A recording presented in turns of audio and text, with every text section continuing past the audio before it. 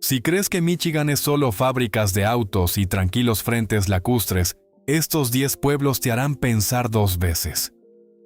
Estos son los 10 pueblos más remotos y extraños de Michigan, donde la gente vive tan lejos que incluso la señal del celular se rinde. Las carreteras de invierno están casi vacías de autos, y la única forma de salir es en ferry o en avioneta.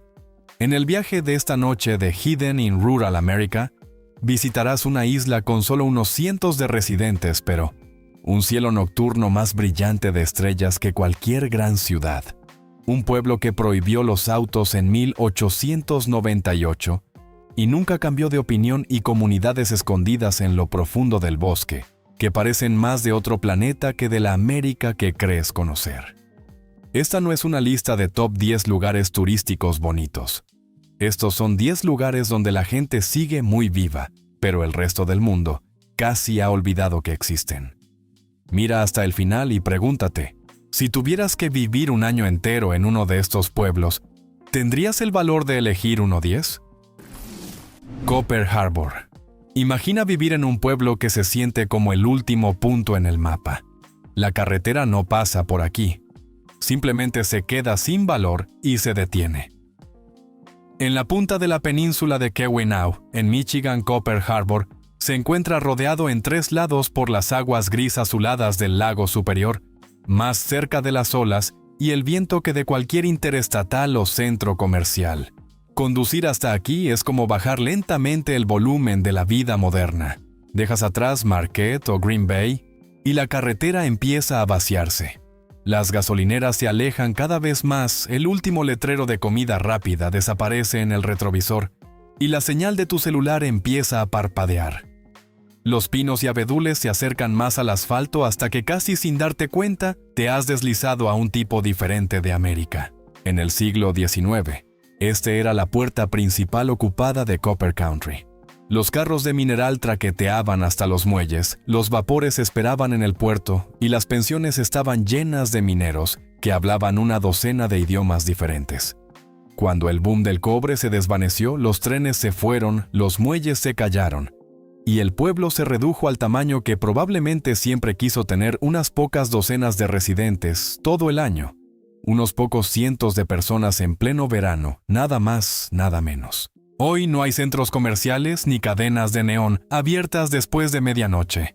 En su lugar encuentras albergues desgastados por el clima, un bar que conoce a todos por su nombre, y pequeñas tiendas que venden mapas de senderos, piezas de bicicleta y café fuerte para las mañanas frías.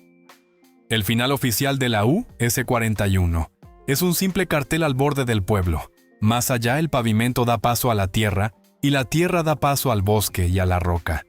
En noches despejadas, Copper Harbor baja sus luces y mira hacia arriba. Las estrellas salen primero nítidas y brillantes, luego a veces el cielo mismo empieza a moverse. Finas cintas verdes de auroras boreales se deslizan sobre el lago superior y flotan sobre los techos como si todo el pueblo hubiera sido atraído un poco más cerca del Ártico. Si estás dispuesto a conducir hasta el final de esta carretera, te dice el dueño de un albergue con media sonrisa, o estás huyendo del mundo entero, o finalmente estás listo para encontrarte a ti mismo. Copper Harbor es el signo de exclamación al final del mapa de Michigan, un recordatorio silencioso de que cuanto más te alejas de la interestatal, más fácil es escuchar tus propios pensamientos. Silver City. Imagina un pueblo donde los lugareños están silenciosamente orgullosos de todo lo que no tiene. Sin centro comercial, sin letreros brillantes de comida rápida. Aquí en Silver City la vida corre con un horario diferente, uno marcado por los árboles viejos, las olas frías y el lento estiramiento del atardecer sobre el lago superior. Silver City se encuentra en la costa noroeste de la península superior de Michigan, en el condado de Ontonagon. Párate en la estrecha franja de carretera que atraviesa el pueblo, y puedes sentir todo el lugar de un solo vistazo. Mira hacia afuera, el gris azulado plano del lago superior respirando contra la arena. Mira hacia adentro la oscura pared verde de las montañas Porcupine Los Porkies, elevándose detrás de las últimas cabañas. Entre esos dos mundos hay un puñado de edificios, y poco más. Esta comunidad creció a finales del siglo XIX, cuando las minas de cobre y los campamentos madereros necesitaban una salida al lago. En aquel entonces, carros y vagones de tren bajaban madera y mineral hasta la orilla, y los hombres caminaban por estas mismas franjas de arena. Cuando las minas se ralentizaron y los aserraderos cerraron, las familias se fueron. Las casas se vaciaron. Y Silver City cambió silenciosamente la ambición por el silencio. Hoy es menos una ciudad y más una fina línea de vida junto al agua. Un par de albergues con estufas de leña. Cabañas dispersas donde las mismas familias regresan cada verano. Un camping donde te duermes con el canto de los grillos y te despiertas con las gaviotas. La mayoría de los lugares son familiares del tipo donde el dueño te registra y te señala el mejor sendero. La gente no viene aquí para ser vista. Viene aquí para desaparecer un poco, para caminar hacia los porquis y seguir cascadas por barrancos sombreados, o para sentarse en la playa con un libro mientras el superior entra y sale sin fin. Como le gusta decir a un dueño de cabaña, no te estamos vendiendo comodidad, te estamos vendiendo silencio. Cuando el sol finalmente se pone el cielo sobre el lago, se vuelve dorado, luego naranja, luego el azul suave de una fotografía antigua. Detrás de ti, las montañas se desvanecen en la sombra. Delante de ti, la última luz se hunde en el horizonte. Silver City se siente menos como un destino y más como una sala de espera para lo salvaje. Sigue conduciendo hacia el este por esta costa solitaria, y la carretera pronto te llevará a un pueblo más antiguo, donde un río lleva el recuerdo del cobre, la madera y más de unas cuantas historias de fantasmas. Ontonagon. Imagina un pueblo de final de carretera, el lugar donde 3 autopistas simplemente se rinden y se detienen al borde de un río. Ese río es el Ontonagon que se derrama en la amplia y fría extensión del lago superior. En un pueblo de poco más de 1000 personas, Ontonagon se siente como el último cruce antes de que el bosque se trague el mapa. Párate en Main Street y la geografía se explica sola. Detrás de ti, la US 45, la M38 y la M64 llegan y ya no van más lejos. Delante de ti, un pequeño puerto, unos cuantos barcos de pesca y más allá la lámina gris azulada del superior, que se extiende hasta el horizonte. Algunas mañanas hueles el lago antes de verlo, ese aroma limpio y mineral que solo pertenece a las grandes aguas del norte. La gente se ha reunido en esta desembocadura del río durante mucho tiempo. Ontonagon fue establecido formalmente en la década de 1840, una de las primeras comunidades anglosajonas en el lago superior, una puerta de entrada al país del cobre y más tarde un centro para la madera. Durante un tiempo, este pequeño puerto llevó un gran título, la capital maderera de Copper Country. Los aserraderos chirriaban los troncos, chocaban en el río, y los días de pago mantenían llenos los bares y pensiones. Cuando las fábricas de papel y madera finalmente cerraron en la década de 2000, los empleos se redujeron y el ruido se desvaneció. Lo que quedó son las calles, casas modestas con porches amplios, fachadas de ladrillo que parecen estar aquí desde la era de las fotos en blanco y negro. Un puerto que ya no se apresura, solo respira. Empiezas a notar de nuevo las cosas pequeñas, el golpe de los obenques contra un mástil, la forma en que la luz de la tarde se desliza por el costado de un viejo almacén. Hoy en día, Ontonagon se gana la vida como una tranquila base para personas que se dirigen a las montañas Porcupine y a los antiguos sitios de minas escondidos en los árboles. Los viajeros llegan, compran víveres y mapas de senderos, y luego desaparecen hacia el oeste en dirección a las colinas, o hacia el sur, hacia los restos fantasmas de Old Victoria, donde las cabañas mineras y las herramientas siguen casi como las dejaron. Un guía local lo resume con sencillez. Por aquí la historia no vive en un museo. Se aferra a los ladrillos y las tablas que el viento del lago ha estado lijando durante 100 años. Ontonagon es donde te sientes parado en la línea entre el agua y el bosque, entre el pasado y el presente. Regresa unas docenas de millas tierra adentro, y la carretera te llevará a otra pequeña comunidad, donde un viejo faro y una taberna tranquila inspiraron una vez una historia de asesinato que terminó en la pantalla de Hollywood. Big Bay. Hay un faro en el norte de Michigan donde la gente paga voluntariamente por dormir, aunque la historia local dice que el primer guardián todavía camina por los pasillos por la noche. Para llegar a él, tienes que ir hasta el final de una carretera estrecha junto al lago superior, a un lugar que se siente como si el mundo se hubiera olvidado de terminar de dibujarlo. Ese lugar es Big Bay. Big Bay es una pequeña comunidad no incorporada escondida entre el lago superior y las aguas más tranquilas del lago Independence, a unos 30 minutos en auto desde Marquette, si sigues la costa hacia el norte. El pavimento serpentea a través del bosque y junto a vislumbres de agua, hasta que casi de repente simplemente se detiene. Detrás de ti, millas de árboles.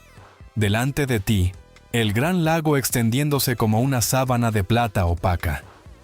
En algún lugar entre ese espacio, se alza la torre de ladrillo rojo del faro de Big Bay Point.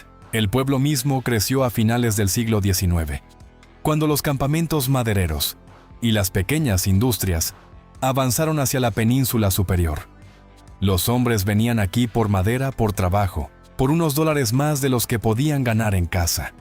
Décadas después, un tiroteo en el Lumberjack Tavern en 1952 convertiría este pequeño punto en el mapa, en el escenario de una famosa novela y la película clásica Anatomy of a Murder. En la pantalla se ve dramático, pero en persona Big Bay es sobre todo árboles, un puñado de edificios y mucho silencio. Hoy la comunidad es lo suficientemente pequeña como para que casi puedas contar a los residentes todo el año en una tarde. Hay un par de posadas, 1 o 2 restaurantes, algunas cabañas escondidas entre los pinos. El aire huele a humo de leña en el frío y a agujas de pino en el verano. Se siente menos como un resort y más como un refugio de bordes ásperos para personas que les gustan sus vacaciones con un poco de silencio. Sobre el acantilado rocoso, el faro ha cambiado su viejo trabajo por uno más suave. La casa del guardián ahora es un bed and breakfast. Los huéspedes duermen en habitaciones donde antes se escribían bitácoras a mano. Luego suben a la torre para ver el lago superior y las distantes montañas Hurón. Por la noche, la sala de la linterna brilla suavemente mientras las olas golpean las rocas muy abajo. Un huésped lo expresó así: "La noche aquí es tan silenciosa que puedes oír cada ola golpear la piedra.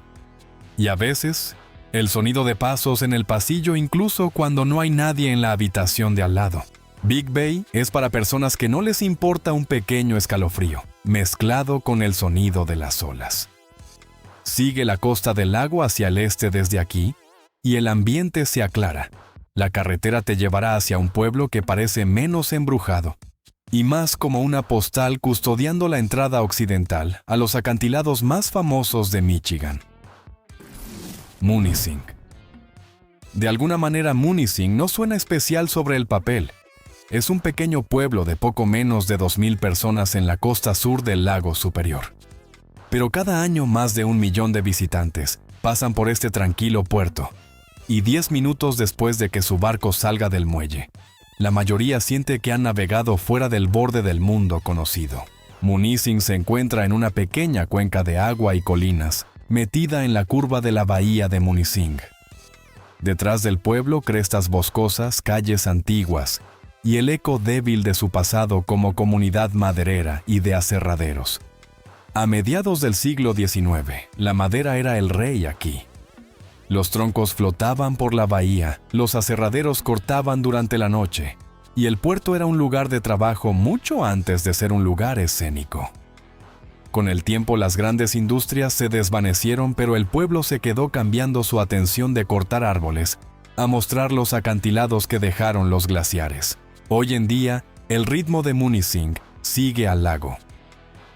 En una mañana de verano, Main Street despierta lentamente un par de restaurantes friendo tocino, una cafetería sirviendo café de filtro en vasos de papel proveedores, sacando kayaks a la acera. La población todo el año es pequeña, pero en días ocupados los estacionamientos cerca del frente del agua se llenan de placas de medio país. La gente viene por las cascadas escondidas en el bosque por el ferry a Grand Island. Y más que nada por la larga pared pintada de Pictured Rocks. Desde el agua esa pared se siente irreal. Los barcos turísticos se deslizan junto a la orilla mientras los acantilados se elevan directamente del superior rayados en cobre verde oro y blanco donde los minerales han teñido la roca. En algunos lugares finas cintas de agua caen directamente al lago. En otros cuevas y arcos han sido tallados por siglos de olas y hielo.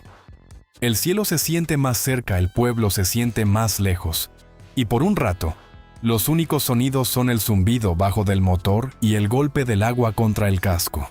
De vuelta en la orilla, cuando el último barco del día se aleja del muelle Munising, vuelve a su tamaño real una calle principal, un puñado de restaurantes, un puerto iluminado por lámparas de sodio.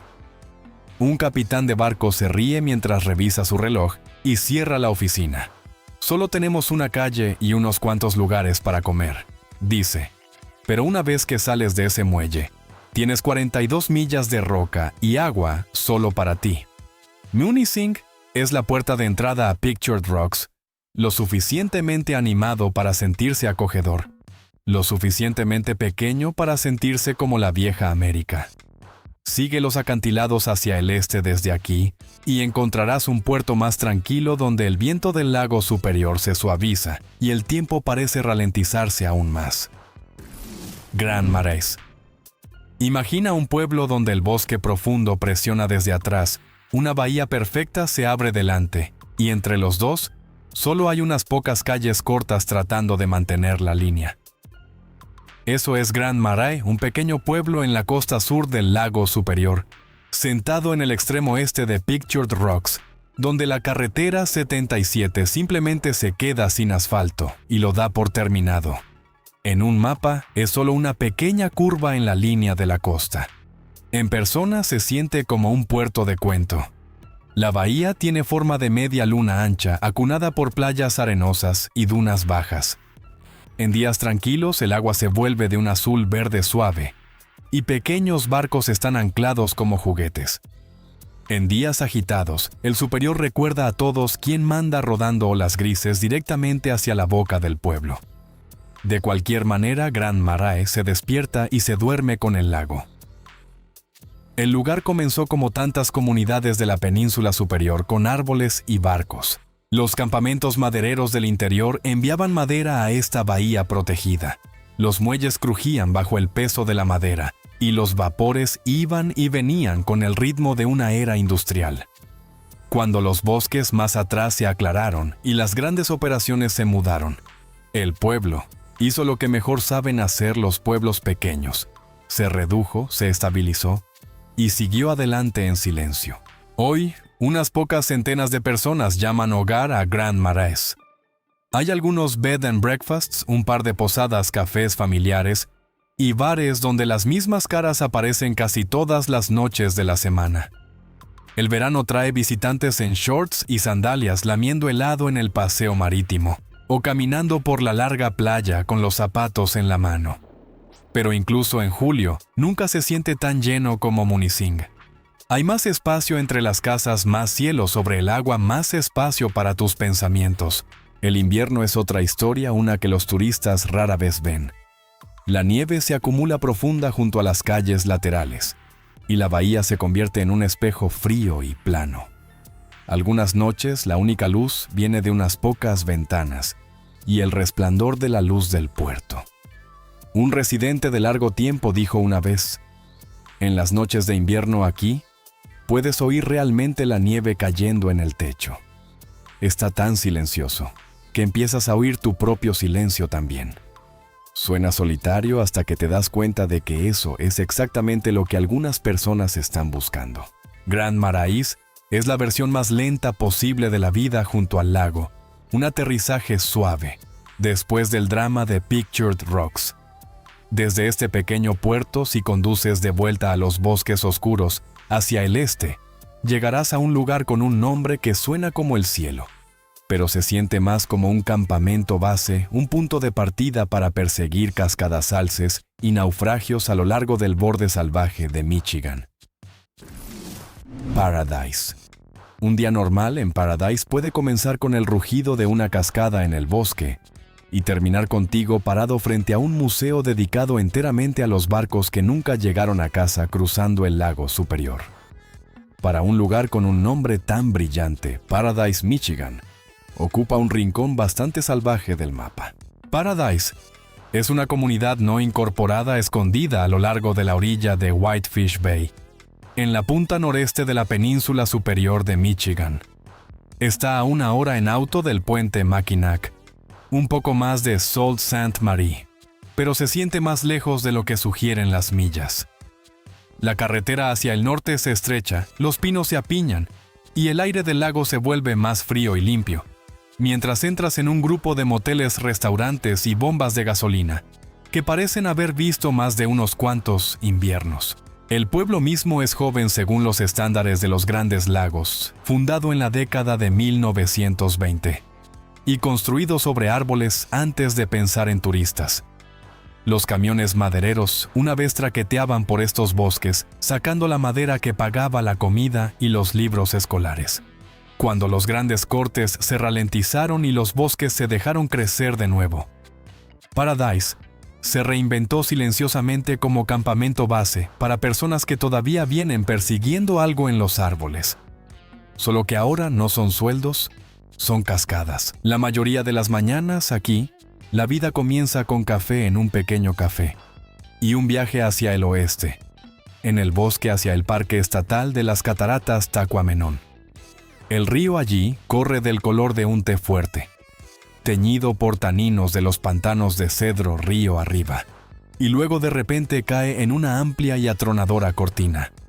Puedes pararte en el mirador y sentir la niebla en tu cara, escuchando cómo el agua golpea las rocas de la misma forma que lo ha hecho durante más tiempo, del que cualquier pueblo ha existido aquí. Por la tarde, la brújula apunta hacia el otro lado. Una carretera de 2 carriles lleva a Whitefish Point, donde el bosque se abre y el lago superior avanza en una larga playa pedregosa. El faro monta guardia junto al Museo de Naufragios de los Grandes Lagos, un conjunto bajo de edificios lleno de campanas vigas e historias de barcos que desaparecieron en estas aguas frías, nombres como el Edmund Fitzgerald, ecos de noches tormentosas. Por la noche, estás de vuelta en Paradise, quizás enjuagando arena de tus botas, afuera de un motel al lado de la carretera. El letrero de neón zumba, los árboles son siluetas negras, y el sonido de las cascadas y el lago parece mezclarse en tu memoria.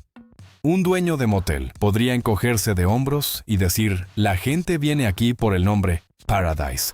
Se quedan cuando se dan cuenta de que no todos los paraísos están hechos de sol.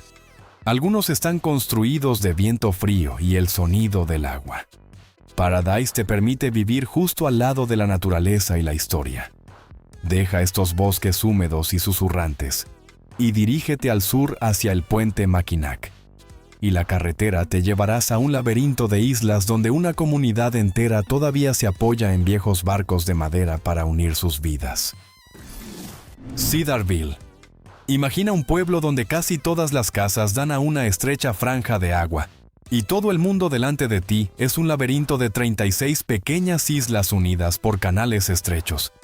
Así se siente Cedarville, no solo un lugar en la orilla del lago Huron, sino el porche delantero de las islas Les Chenaux, un reino silencioso construido para barcos. Cedarville se encuentra a lo largo de la carretera escénica M134, un pequeño puerto con el bosque a su espalda y un bosque de islas delante.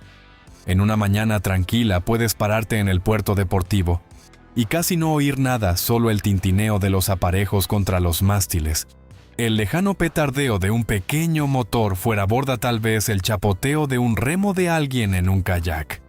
Es el tipo de paisaje sonoro que te hace bajar la voz sin pensarlo.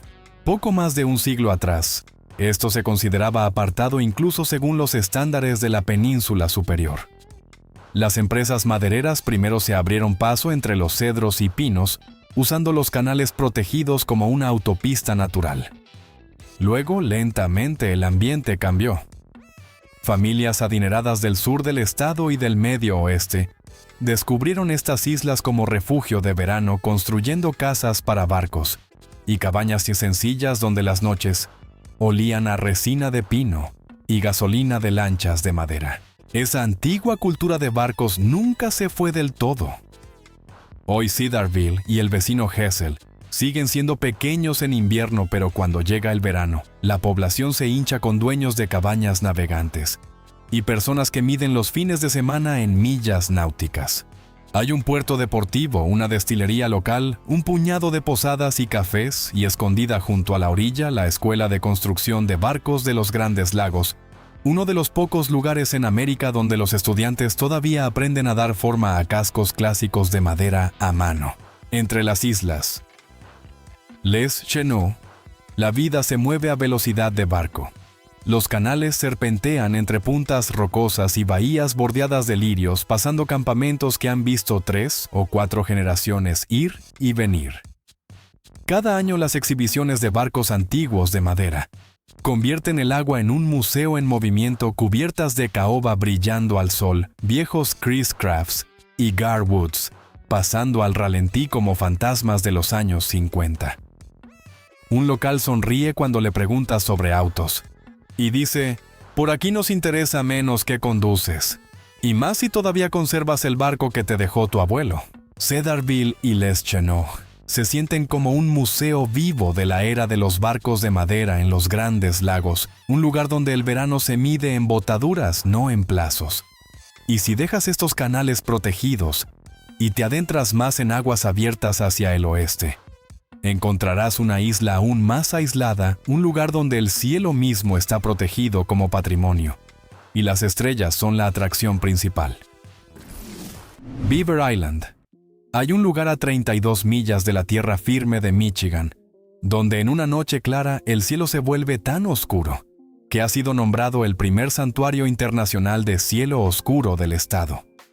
En medio del lago Michigan, lejos de las luces de las autopistas y el resplandor de la ciudad, Beaver Island se siente menos como un lugar de vacaciones y más como si alguien hubiera presionado silenciosamente pausa en el mundo moderno. Es la isla más grande del lago Michigan, unas 56 millas cuadradas de bosques, campos y orilla arenosa baja. Para llegar aquí tomas el ferry desde Charlevoix o un pequeño avión, y en ambos casos aplica la misma regla: vienes si el clima lo permite.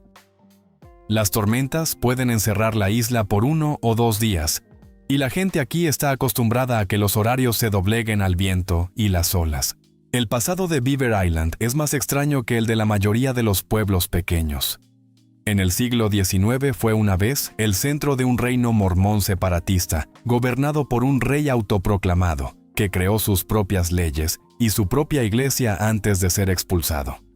Después de que ese capítulo se cerró, pescadores irlandeses y sus familias reclamaron la orilla, trayendo nuevos nombres, nuevas iglesias y sus propias historias de mares duros y largos inviernos. Capa tras capa, la isla ha sido moldeada por personas dispuestas a vivir un poco más lejos que los demás. Hoy unas 600 personas se quedan todo el año. Hay un pequeño centro, un puñado de tiendas, un par de bares y cafés, y un distrito escolar que existe solo para esta isla. Los niños crecen conociendo cada carretera, cada muelle y cada cara en la tienda de comestibles. Los veranos son lo suficientemente ocupados, las cabañas se abren, las bicicletas traquetean por la grava. La ventanilla de helados hace buen negocio. Pero incluso entonces, el tiempo se siente espeso, como si se moviera a través del agua en lugar del aire. Por la noche, sin embargo, es cuando Beaver Island se convierte en algo completamente distinto. Cuanto más te alejas del pueblo, más ancho se abre el oscuro sobre ti. En el área de investigación de vida silvestre estatal, el cielo ha sido protegido deliberadamente de la luz. Arriba la Vía Láctea se extiende de borde a borde, y en algunas noches tenues cortinas de auroras boreales brillan sobre el lago. Puedes oír insectos en la hierba, olas respirando en la orilla y poco más. Un local se rió una vez y dijo: «Tenemos unas 600 personas aquí. y unos pocos miles de millones de estrellas sobre nuestras cabezas. Eso parece un equilibrio justo. Beaver Island ofrece un tipo diferente de aislamiento, no el tipo aterrador, sino el que suavemente te suelta del ruido del continente. Y aún hay una isla más, esperando allá afuera, más famosa y más concurrida, donde las reglas son simples, no se permiten autos, solo cascos de caballos, y campanas de iglesia marcan el paso del tiempo. Mackinac Island. Imagina un pueblo estadounidense con unos 500 residentes todo el año que recibe hasta 10,000 visitantes al día en verano. Y ni un solo auto en la calle. Sin motores en ralentí en los semáforos, sin bocinas, sin atascos. Solo el constante clip-clop de cascos, el tintineo de campanas de bicicleta y el murmullo de la gente caminando. Esa es la vida en Mackinac Island. La isla tiene solo unas 4,5 millas cuadradas flotando en los estrechos de Mackinac, entre las penínsulas superior e inferior de Michigan. Llegar aquí siempre se siente un poco ceremonial. Estacionas tu auto en el continente, tomas tus maletas y subes a un ferry o a un pequeño avión. Si el clima está malo, esperas. La isla funciona con el tiempo del lago y el tiempo del viento, no con el tiempo de la carretera. Mucho antes de ser una fantasía vacacional, Mackinac Island fue un puesto estratégico. Los soldados miraban desde los altos acantilados del viejo fuerte, vigilando las rutas de navegación abajo. Comerciantes de pieles y voyageurs pasaban con canoas y libros de contabilidad mucho antes de que llegaran los primeros turistas con cuellos rígidos y faldas largas. A finales del siglo XIX, mientras los ricos de América buscaban veranos frescos y aire limpio, Mackinac se reinventó como un resort victoriano. Luego, en 1898, la isla tomó una decisión que lo cambiaría todo: prohibió los autos. Los primeros automóviles asustaban a los caballos y rompían el silencio, así que el Consejo Municipal simplemente dijo no, y siguió diciendo no, año tras año.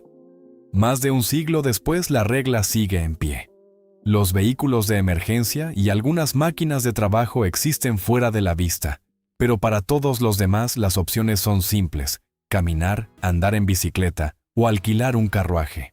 En julio, el centro de Mackinac Island zumba como una máquina del tiempo bien afinada. Los peatones se entretejen entre taxis tirados por caballos. Las bicicletas se deslizan bajo cestas colgantes de flores. El dulce aroma del fudge sale de antiguas tiendas mezclándose con la brisa del lago y el leve olor a heno. Sobre los techos, el Grand Hotel extiende su enorme porche blanco a lo largo del acantilado, mientras los senderos serpentean hacia Arch Rock, viejos cementerios, y caminos tranquilos en los bosques interiores. Cuando el último ferry se va por la noche, la energía baja de nuevo al tamaño de la isla. Los cascos resuenan más fuerte en el pavimento y las campanas de la iglesia se escuchan más lejos en el aire fresco. Una mujer que creció aquí dijo una vez: si te despiertas con el sonido de cascos en la calle todas las mañanas, entiendes por qué nunca quisimos cambiar eso por motores.